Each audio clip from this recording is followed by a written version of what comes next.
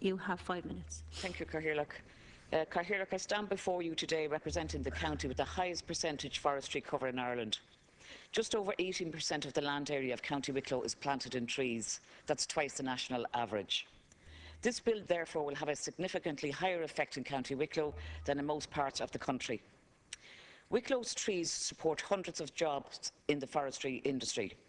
The people who manage Wicklow's trees contribute an estimated 100 million annually towards a 2.2 billion national forestry sector. The value of forestry to our economy can only increase further. Timber is a global commodity. It is much in demand, and Europe is a net exporter of wood. But the economic value of forestry must be balanced against its tourism and eco value.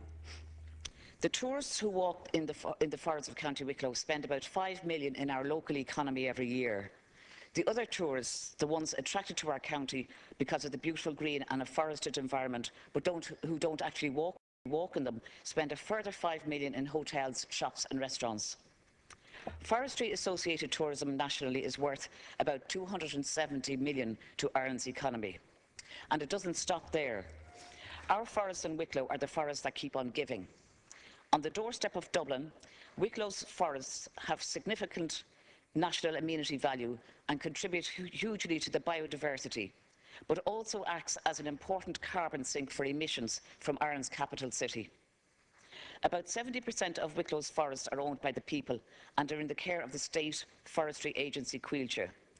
And in that context, it was a significant relief to me and thousands of my constituents when it was announced earlier in the year that the proposal to sell off Coilte's harvesting rights was no longer on the Minister's table.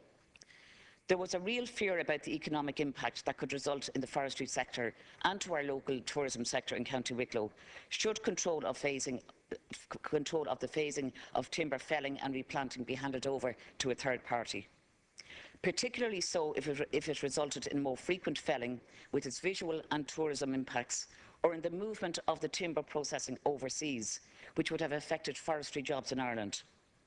I lobbied quietly but consistently against that proposal, and I'm pleased for the people of Wicklow that it has not come to pass.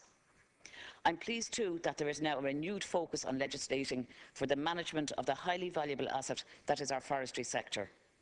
The work of forestry maintenance, felling and replanting are at the core of this very important industry. To protect tourism, we need to ensure that the environmental impacts of these activities are tightly regulated.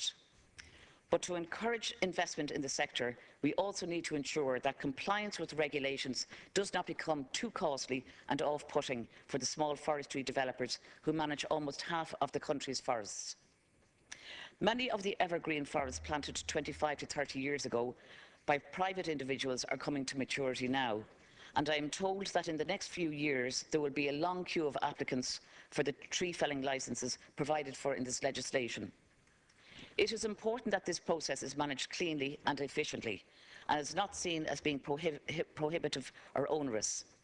It is important that forestry regulation brought in now is seen to be part of a wider ambition to promote replanting and regrowth.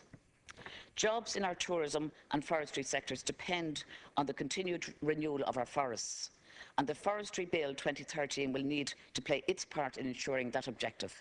Thank you, Cathaoirleach.